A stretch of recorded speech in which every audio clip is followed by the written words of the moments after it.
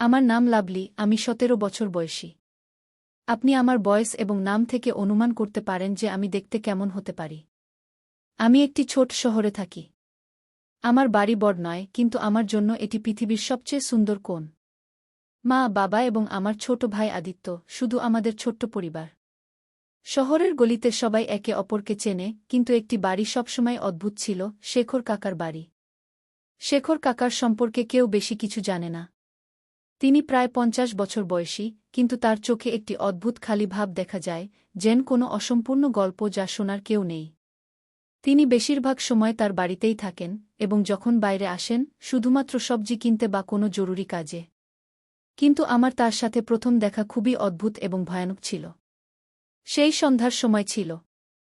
সূর্য ধীরে ধীরে অস্ত যাচ্ছিল এবং হালকা শীতলতা বাতাসে মিশে যাচ্ছিল। আমি আমার বই নিয়ে ছাদে বসেছিলাম, যখন হঠাৎ আমার নজর পড়ল শেখর কাকার বাড়ির ছাদে। তিনি সেখানে একা বসেছিলেন, আকাশের দিকে তাকিয়ে। তার চোখে এমন কিছু ছিল যা আমাকে অস্থির করে দিল। আমি তাকে একদৃষ্টে তাকিয়ে থাকলাম, এবং ঠিক তখনই তিনি হঠাৎ আমার দিকে তাকালেন। আমি মনে করলাম যেন আমি কোনো চুরিতে ধরা পড়েছি। আমি দ্রুত দৃষ্টি সরিয়ে নিলাম এবং বইয়ে মনোনিবেশ করার চেষ্টা করলাম। কিন্তু তখন একটি অদ্ভুত আওয়াজ শুনলাম, কারো কান্নার হালকা শব্দ। আমি আবার তার ছাদের দিকে তাকালাম, কিন্তু এবার তিনি সেখানে ছিলেন না। আমি ভাবলাম যে এটি হয়তো আমার ভুল ছিল, কিন্তু ঠিক তখনই আমার কানে একটি মৃদু আওয়াজ ভেসে এল, বাঁচাও। আমার হৃদয় দ্রুত স্পন্দিত হতে লাগল। সেই আওয়াজ কোথা থেকে এসেছিল? শেখর কাকার বাড়ি থেকে, নাকি আমার মস্তিষ্কের কোনো বিভ্রম? সেই আওয়াজ এখন আমার মনে গুঞ্জরিত হচ্ছিল। আমি ছাদে দাঁড়িয়েছিলাম, যেন আমার পা সেখানে আটকে গেছে। বাতাসে একটি অদ্ভুত শীতলতা ছিল, কিন্তু আমার ভেতরে কিছু অন্য বলছিল, একটি অস্থিরতা, একটি অজানা হুলস্থুল। আমি আমার বাড়ির দরজা থেকে উকি দিয়ে শেখর কাকার বাড়ির দিকে তাকালাম। সবকিছু স্বাভাবিক মনে হচ্ছিল। তাহলে সেই আওয়াজ কার ছিল? আমি ভাবছিলাম, ঠিক তখনই আমার ফোন বেজে উঠল। দেখলাম, অনিরুদ্ধের কল। আমার ক্লাসের সেরা বন্ধু, এবং সম্ভবত তার চেয়েও কিছু বেশি। কি করছো? তার কণ্ঠে সেই পুরনো দুষ্টুমি ছিল। কিছু না, শুধু বই পড়ছি, আমি মিথ্যা বললাম। ও, তাহলে এখন বইও ভয় দেখাচ্ছে, সে হেসে বলল। আমি হঠাৎ বুঝতে পারলাম যে আমার কণ্ঠ একটু ঘাবড়ে গেছে। আমি কথা বদলাতে বললাম, তুমি হোমওয়ার্ক করেছ? লাভলি, আমি অনিরুদ্ধ। হোমওয়ার্ক আর আমি? এই প্রশ্নই করো না, সে বলল। আমি হেসে উঠলাম।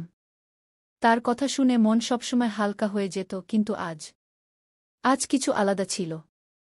ফোন রেখে দেওয়ার পর আমার মন আবার শেখর কাকার বাড়ির দিকে চলে গেল। আমি নিজেকে বোঝানোর চেষ্টা করলাম যে হয়তো আমি কিছু ভুল শুনেছি, কিন্তু হৃদয় বলছিল যে কিছু একটা আছে যা চোখের আড়ালে আছে। রাত হয়ে গিয়েছিল। আমি বারান্দায় দাঁড়িয়েছিলাম যখন হালকা বৃষ্টি শুরু হল।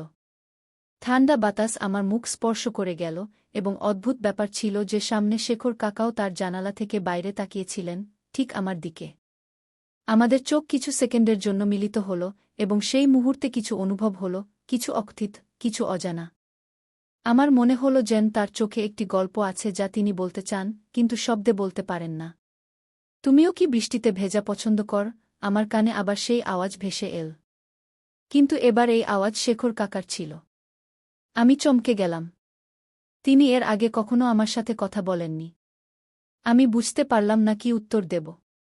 হালকা করে হেসে বললাম, মাঝে মাঝে, যখন মন ভেসে যায়। তিনি কিছু বললেন না, শুধু হালকা হাসলেন এবং ভিতরে চলে গেলেন। কিন্তু আমার হৃদয়ে সেই সাক্ষাৎ একটি হুলস্থুল রেখে গেল। এটি প্রথমবার ছিল যখন আমি তার চোখে কিছু পড়ার চেষ্টা করেছিলাম, এবং সম্ভবত প্রথমবার এমন অনুভব করেছিলাম যে আমার জীবন কোনো মোড়ে আসতে চলেছে, যার সম্পর্কে আমার নিজেরই কোনো ধারণা ছিল না। বৃষ্টি তীব্র হয়ে উঠেছিল। বাতাসে শীতলতা আমার গাল স্পর্শ করছিল, কিন্তু আমি সেখানেই দাঁড়িয়েছিলাম যেখানে শেখর কাকা আমাকে প্রথম কথা বলেছিলেন। তুমিও কি বৃষ্টিতে ভেজা পছন্দ কর? তার শব্দ এখনও আমার মনে গুঞ্জরিত হচ্ছিল। তার চোখে একটি অদ্ভুত আকর্ষণ ছিল, গভীর বিষণ্ণতা, কিন্তু অনেক কিছু বলার। আমি কখনো ভাবিনি যে তিনি আমার সাথে কথা বলবেন, এবং তা এমনভাবে। আমার হৃদয় দ্রুত স্পন্দিত হচ্ছিল। আমি ঘরে ফিরে এলাম, কিন্তু মন এখনও সেখানে আটকে ছিল। শেখর কাকা, এই নামের সাথেই মনে একটি অদ্ভুত হুলস্থুল শুরু হল। তিনি কে? কেন এত চুপচাপ থাকেন? এবং আজ হঠাৎ তিনি আমাকে এটি কেন জিজ্ঞাসা করলেন? সারারাত আমার ঘুম আসেনি। বৃষ্টির ফোঁটা জানালা আঘাত করছিল এবং আমি শুধু পাশ ফিরছিলাম। আমি নিজেকে মিথ্যা সান্ত্বনা দিলাম যে এটি ছিল একটি সাধারণ কথোপকথন, কিন্তু সত্যি কথা হল তাদের কথাগুলো আমার ভেতরে কিছু জাগিয়ে দিয়েছিল। এভাবেই ভাবতে ভাবতে কখন যে আমার চোখে ঘুম এসে গেল তা টেরই পেলাম না। সকাল থেকেই বৃষ্টি থেমে গিয়েছিল। আমি যেমন প্রতিদিন ছাদে আসি, আজও এলাম। কিন্তু আজ আমার চোখ যেন নিজে থেকেই খুলে গেল। দরজা খুলে শেখর কাকা বাইরে এলেন। তিনি হালকা নীল রঙের শার্ট পরেছিলেন, চুল কিছুটা এলোমেলো ছিল, আর মুখে হালকা দাড়ি। জানি না কেন, কিন্তু সেই মুহূর্তে তিনি যেন কোনো চলচ্চিত্রের নায়কের চেয়ে কম ছিলেন না।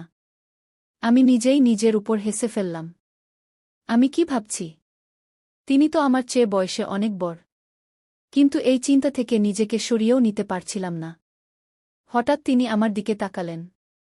এবার আমি চোখ ফেরাতে পারলাম না। তিনি কয়েক সেকেন্ড ধরে আমাকে দেখলেন, তারপর হালকা করে হাসলেন। আমি ঘাবড়ে গিয়ে ভেতরে চলে গেলাম, কিন্তু মন এখনও সেখানেই ছিল, তার চোখের গভীরে কোথাও ডুবে গিয়ে। আজ আমাদের গলিতে কারও বিয়ে ছিল। সবাই রঙিন পোশাকে ঘুরছিল, কিন্তু আমার নজর শুধু একজনের দিকেই, শেখর কাকার দিকে। আজ প্রথমবার আমি তাকে এত সুন্দর করে সাজতে দেখলাম। তিনি সাদা কুর্তা পায়জামা পরেছিলেন, আর সত্যিই তিনি আলাদা লাগছিলেন। আমি নিজের উপর আবার হেসে ফেললাম। আমি তার সম্পর্কে এত ভাবছি কেন? নিজেকে বোঝানোর চেষ্টা করলাম, কিন্তু তবু বারবার চোখ যেন তার দিকেই চলে যাচ্ছিল। আর তখনই সেই মুহূর্ত এল। তিনি আমার দিকে এগিয়ে এলেন। তুমি এখানে একা দাঁড়িয়ে আছো কেন? তার কণ্ঠে সেই একই প্রশান্তি ছিল যা আমি আগেও অনুভব করেছিলাম। কিছু না, আমি চোখ নামিয়ে নিলাম। তিনি হাসলেন, লোকেরা খুশি, গান বাজছে, আর তুমি এক কোণে চুপচাপ দাঁড়িয়ে আছ। নাচ পছন্দ না?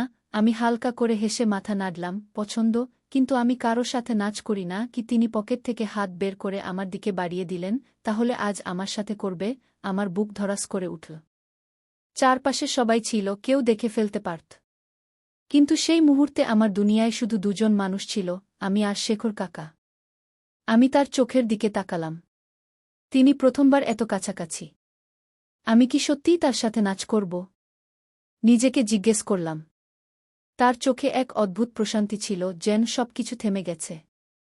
আমি তার দিকে তাকালাম, তার মুখে হালকা হাসি, কিন্তু চোখে এমন কিছু ছিল যা আমার হৃদয়কে জোরে ধাক্কা দিচ্ছিল। শেখর কাকা তার হাত আমার দিকে বাড়ালেন, যেন আমার উত্তরই শুধু তিনি চাইছেন। আমি হালকা করে ঠোঁট কামড়ালাম। আমার আঙুল কাঁপছিল, তবুও আমার মন এক অজানা অনুভূতিতে ভাসতে রাজি ছিল। লাভলি, পিছন থেকে মায়ের কণ্ঠ শুনে আমি যেন কোনো স্বপ্ন থেকে জেগে উঠলাম। তাড়াতাড়ি চোখ নামিয়ে নিলাম আর কিছু না বলে আমার দোপাট্টা ঠিক করতে লাগলাম। হ্যাঁ মা, এখানে কি করছ? চলো, অতিথিরা এসেছে। আমি আস্তে করে চোখ তুললাম। শেখর কাকা তখনও সেখানেই দাঁড়িয়েছিলেন, কিন্তু তার হাসি যেন একটু গভীর হয়ে গিয়েছিল। যেন আমার উত্তরই তার দরকার নেই, যেন তিনি আগে থেকেই জানেন আমি তার সম্পর্কে কি ভাবছি। আমি নিজেই বুঝতে পারছিলাম না কি অনুভব করছি। কিছু না বলে মায়ের সাথে বাড়ি চলে গেলাম, কিন্তু আমার বুকের ধড়ফটানি আগের মতোই তীব্র ছিল। বাড়ি ফিরে বিছানায় শুয়ে পড়লাম, কিন্তু ঘুম চোখ থেকে ক্রোশ দূরে। সেই মুহূর্ত বারবার আমার মনে ঘুরছিল। যদি মা ডাকতেন না, তাহলে কি আমি সত্যিই শেখর কাকার হাত ধরে ফেলতাম? এই প্রশ্ন যেন আমার মনের মধ্যে গুঞ্জন করতে থাকল। জানালা দিয়ে বাইরে তাকালে তার বালকনির আলো জ্বলছিল। মন চাইল ছাদে গিয়ে দেখি তিনিও কি আমার কথা ভাবছেন, কিন্তু নিজেকে থামিয়ে দিলাম। না লাভলি, তুমি একই ভাবছ, কিন্তু মন মানতে রাজি ছিল না। পরের দিন সকালের হালকা রোদ পাড়ার ছাদে ছড়িয়ে পড়েছিল। আমি কাপড় শুকানোর অজুহাতে ছাদে এসেছিলাম, কিন্তু আমার চোখ যেন কাউকে খুঁজছিল। আর তখনই যেন আমার ভাবনা তাকে ডেকে এনেছিল। শেখর কাকা গেটের কাছে দাঁড়িয়েছিলেন, কারো সাথে কথা বলছিলেন। কিন্তু যেই তিনি আমাকে দেখলেন, তার কথা একটু থামল।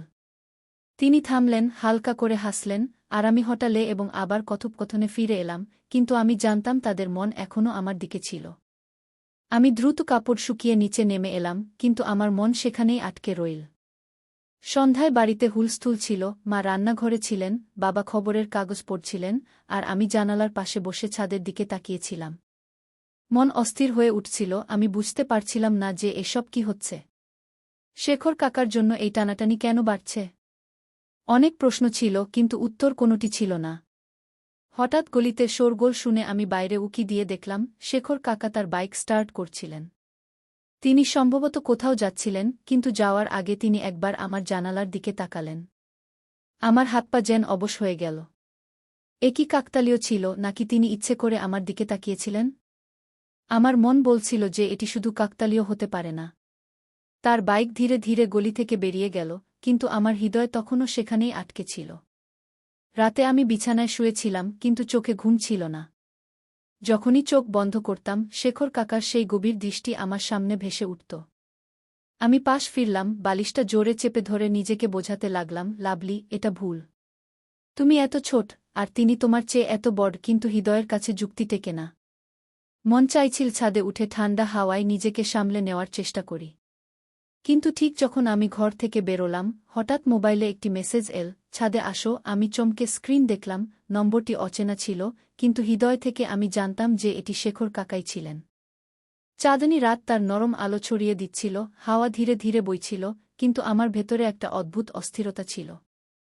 হৃদয় বারবার বলছিল ছাদে যেতে, কিন্তু মস্তিষ্ক মানা করছিল। আমি নিজেকে বোঝানোর অনেক চেষ্টা করলাম, কিন্তু আমার পা যেন নিজে থেকেই এগিয়ে চল। আমি এখনও কিছু ভাবতেই পারিনি, তিনি হালকা হাসি দিয়ে সেই কাগজের টুকরোটা আমার ছাদে ছুড়ে দিলেন। আমার হৃদয় জোরে ধড়ফড় করে উঠল। এক মুহূর্তের জন্য মনে হল যেন পুরো পৃথিবী থেমে গেছে। আমি ঘাবড়ে এদিক ওদিক তাকাতে লাগলাম, কেউ দেখছে কিনা। তারপর ধীরে ধীরে এগিয়ে গিয়ে কাঁপতে কাঁপতে হাতে কাগজটা তুলে নিলাম। কাগজে লেখা ছিল, কাল রাতে দেখা হবে। আমার হাতে চিঠি ছিল, কিন্তু পায়ের নিচ থেকে যেন মাটি সরে গেল। হৃদয়ের ধড়ফড়ানি এত বেড়ে গেল যে মনে হলো কেউ কাছে এলে শুনে ফেলবে। আমি চিঠিটা মুঠো চেপে ধরে ছাদের কিনারা থেকে নিচে তাকালাম, কেউ ছিল না। তারপর আবার তার দিকে তাকালাম, তিনি তখনও সেখানেই দাঁড়িয়েছিলেন, আমাকে দেখছিলেন। একটা অদ্ভুত শান্তি নিয়ে তার চোখে এমন কিছু ছিল যে আমি দৃষ্টি সরাতে পারছিলাম না। আমার হৃদয় দ্রুত স্পন্দিত হচ্ছিল, এই অনুভূতি কি ছিল আমি নিজেই বুঝতে পারছিলাম না। আমি তাড়াতাড়ি চিঠিটা দোপাট্টার কোণায় লুকিয়ে ফেললাম এবং আস্তে পায়ে ঘরে চলে এলাম। ঘরটা যেমন ছিল, দেয়ালগুলো যেমন ছিল, কিন্তু আমার ভেতরে কিছু বদলে গেছে। আমি চিঠিটা টেবিলে রেখে আয়নায় নিজেকে দেখতে লাগলাম। আমি কি করব? যাব কি যাব না? যদি কেউ দেখে ফেলে? কিন্তু এবার আমার হৃদয় আমার জটিলতাগুলো শুনল না, সে শুধু একটা প্রশ্ন করল, যদি আমি না যাই, তাহলে তিনি কি খারাপ মনে করবেন? রাতের নিস্তব্ধতা চারদিকে ছড়িয়ে পড়েছিল, কিন্তু আমার ভেতরে হাজারো প্রশ্নের হুলস্থুল। আমি বিছানায় শুয়েছিলাম, কিন্তু ঘুম কোথায় পালিয়েছে। যখনই চোখ বন্ধ করতাম, শেখর কাকার সেই দৃষ্টি সামনে ভেসে উঠত, তার সেই হালকা হাসি, ছাদে ছোড়া সেই চিঠি, আর তাতে লেখা সেই তিনটি শব্দ, কাল রাতে দেখা হবে। আমি পাশ ফিরলাম আর বালিশটা জোরে চেপে ধরলাম। আমার হৃদয়ের স্পন্দন বাড়ছিল, আমাকে কি যাওয়া উচিত? ভাবতে ভাবতে কখন ঘুম এসে গেল জানি না, কিন্তু সেই ঘুমও অস্থিরতায় ভরা ছিল। পরের দিন সকালে চোখ খুলেই প্রথম যে ভাবনা মাথায় এল, সেটা ছিল সেই রাতের কথা। সারাদিন আমি নিজের সঙ্গে লড়াই করছিলাম, কখনো নিজেকে বোঝানোর চেষ্টা করছিলাম, কখনো অকারণে হাসছিলাম। মা কিছু জিজ্ঞেস করলে আমি ঘাবড়ে যেতাম, ভাই সামনে এলে আমি চোখতারা উপরে তাকালো এবং আমাদের চোখে চোখ পড়ল। আমার হৃদয় জোরে ধড়ফড় করে উঠল। তিনি ধীরে ধীরে তার ছাদের দিকে এগিয়ে গেলেন। আমি পলক না ফেলে তাকে দেখছিলাম। তিনি ছাদে এসে হালকা হাসি দিয়ে আমার দিকে তাকালেন। আমি একদম স্তব্ধ হয়ে গেলাম, কিন্তু দৃষ্টি সরানোর সাহস পেলাম না। তুমি এলে, তার কণ্ঠস্বর খুবই মৃদু ছিল, কিন্তু তাতে এক অদ্ভুত টান ছিল। আমি কিছু বললাম না। হৃদয় এত জোরে ধড়ফড় করছিল যে মনে হচ্ছিল একটি শব্দ বললে সবাই শুনে ফেলবে। তিনি ধীরে ছাদের রেলিংয়ে হাত রাখলেন এবং আমাকে দেখতে লাগলেন। ভয় পাচ্ছ? আমি হালকা করে মাথা নাড়লাম। তিনি হেসে বললেন, ভয় পাওয়ার কিছু নেই, লাভলি। আমরা শুধু কিছুক্ষণ কথা বলব। আমার ঠোঁট কাঁপছিল, কিন্তু আমি তখনও চুপ ছিলাম। তার পাশে দাঁড়াতেই আমার ভেতর বিদ্যুৎ খেলে গেল। তার এত কাছে থাকা আমাকে ভয়ও দিচ্ছিল, আবার এক অদ্ভুত উষ্ণতাও দিচ্ছিল।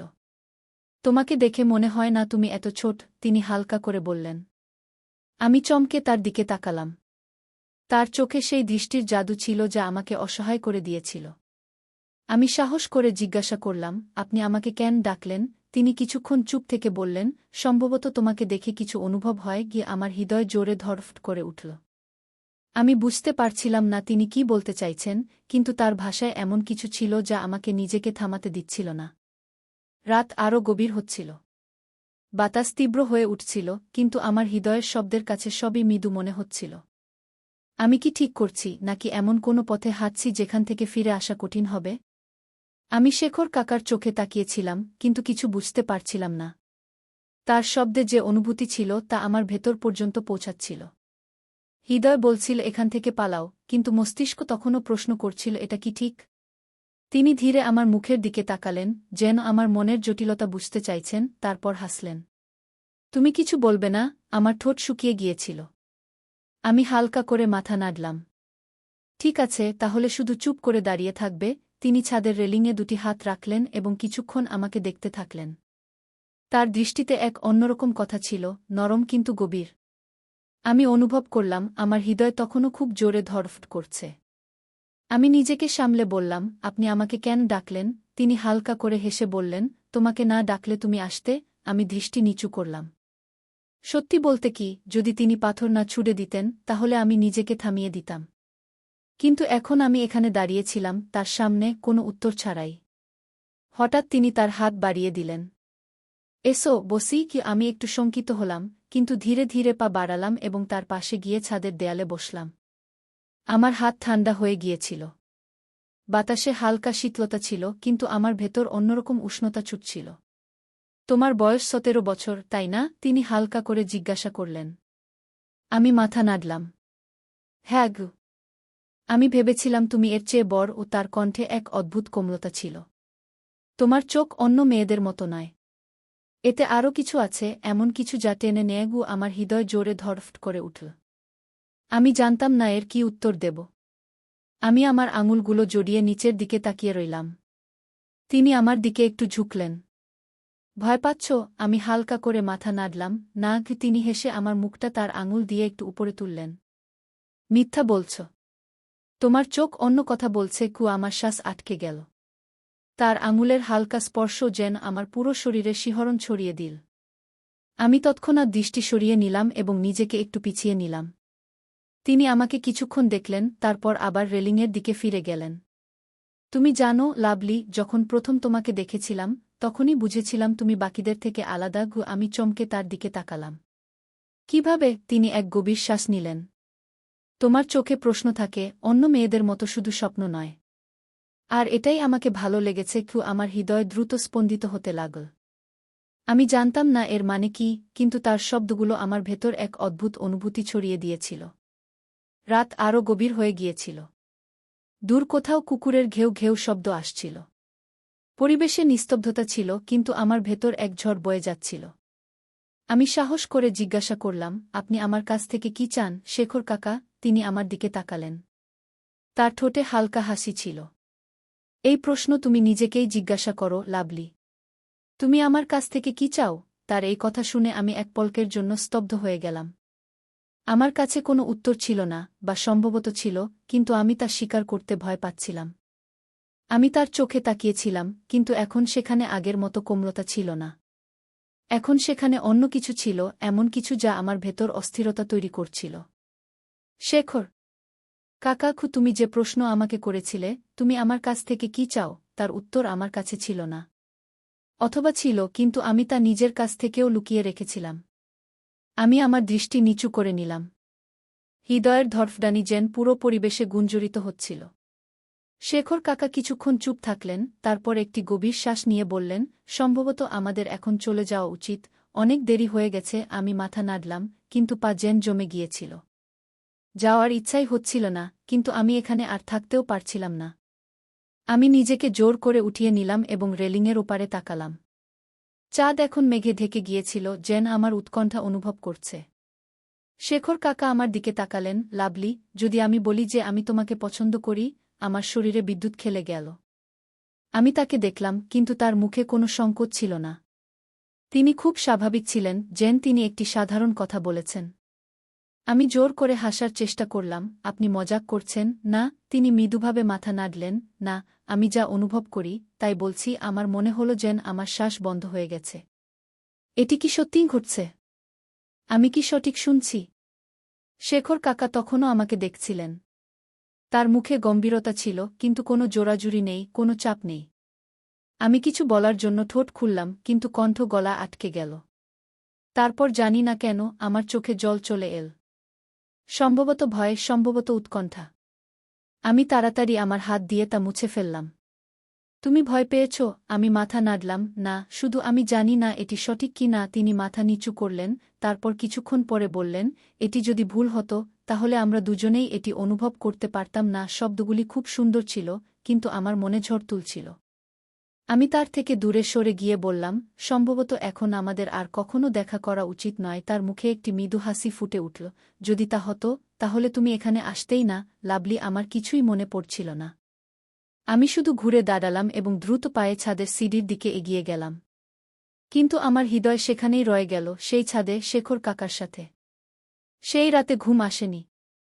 বালিশের পাশে রাখা সেই চিরকুটটি, যা তিনি ফেলে গিয়েছিলেন, বারবার চোখের সামনে ঘুরছিল। আমি কি সঠিক করেছি? আমি কি কিছু ভুল অনুভব করছিলাম? পরের সকালে যখন আমি ছাদে গেলাম, তখন দেখলাম শেখর কাকার ব্যালকনি খালি। তার ঘরের জানালাও বন্ধ ছিল। মনে হুলস্থুল শুরু হল, তিনি কোথায় গেছেন? সত্যিই কি এখন আর তার সাথে দেখা হবে না? পুরো দিন কেটে গেল, তারপর আরও একটি, কিন্তু তার কোনো খবর ছিল না। আমি এখন নিজের সাথে লড়াই করছিলাম। যদি আমার কিছুই যায় আসত না, তাহলে প্রতিটি শব্দে চমকে উঠছিলাম কেন? প্রতিরাতে ছাদে যাওয়ার ইচ্ছা হচ্ছিল কেন? তারপর তৃতীয় রাতে আমার দরজার নিচে একটি চিরকুট এসে পড়ল। হাত কাঁপতে কাঁপতে আমি তা তুললাম। লেখা ছিল, কখনো কখনো দূরত্বই সঠিক হয়, লাভলি। তুমি আমাকে মনে রাখবে, কিন্তু সম্ভবত এটি ভালো। হৃদয় দ্রুত স্পন্দিত হল। আমি দরজা খুললাম, কিন্তু বাইরে কেউ ছিল না। গলি নিস্তব্ধ ছিল, যেন কেউ সেখানে পা রাখেনি।